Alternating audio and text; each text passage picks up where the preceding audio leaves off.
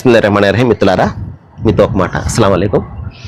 మనము మనిషి ఎందుకు పుట్టించబడ్డాడు అన్న ప్రశ్నకు సమాధానం వెతుకుతున్నాం. దైవం ఎందుకు పుట్టించాడు మనిషిని? సరే, ఎవరు పుట్టించారు అనగానే ఒక క్రియేటర్ తల్లిదండ్రుల ద్వారా పుట్టించాడు. ఓకే, దానికి ఆన్సర్ దొరికింది మనకి. ఇంకో రెండు ప్రశ్నలు ఉన్నాయి. ఎందుకు పుట్టించాడు, అలాగే మనం ఎక్కడికి వెళ్తున్నాం? ఎందుకు పుట్టించాడు?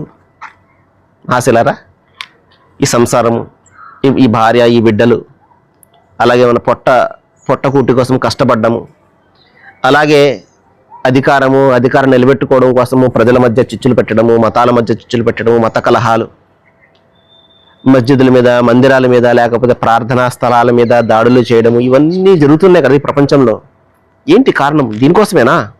మహాశిలరా, అంతిమ దైవగ్రంథం దివ్యఖురాన్లో మనిషిని ఎందుకు పుట్టించాడో దైవం తెలియజేస్తాడు. వమా ఖలకతుల్ జిన్న వల్ ఇన్స ఇల్లా లియఅబుదూన్ అంటాడు. నేను మనిషిని, ఇతర అగోచరమైనటువంటి జీవజాలాన్ని, ఎందుకంటే మన కంటికి కనబడినటువంటి అనేక అగోచర ప్రాణులు ఉన్నాయి చుట్టూ ప్రపంచంలో, మన కంటికి కనబడవయి, వీటిని అన్నిటినీ నా ఆరాధన నిమిత్తమే సృష్టించాను అంటాడు. అంటే సృష్టి ప్రభు ఆరాధన నిమిత్తమే సృష్టించాను అంటాడు. అంటే మనిషిని దైవం ఎందుకు పుట్టించాడు? తన ఆరాధన చేయడం కోసం పుట్టించాడు. ఆరాధన అంటే ఏమిటి? 4 గోడల ప్రార్థనాలయంలో కూర్చుని, అంటే మస్జిదు లేకపోతే గుడో, లేకపోతే దేవాలయము, చర్చో, ఇక్కడ కూర్చుని దైవాన్ని ధ్యానించడం, ఇదేనా ఆరాధన అంటే? మహాశిలరా, ఇది కాదు ఆరాధన అంటే. అంటే ఇది మాత్రమే కాదు ఆరాధన అంటే. ఆరాధన అంటే జీవితంలో ప్రతి అడుగు కూడా, ప్రతి అణువు కూడా, అతని ప్రతి చర్య కూడా దైవం యొక్క మార్గ నిర్దేశంలో నడవడం, ఆయన ఆజ్ఞను పాటిస్తూ జీవితం గడపడం, ప్రతి క్షణం కూడా ఆయన ఆజ్ఞ మేర జీవితం గడపడం, ఇదే ఆరాధన అంటే, ఇదే దైవారాధన అంటే.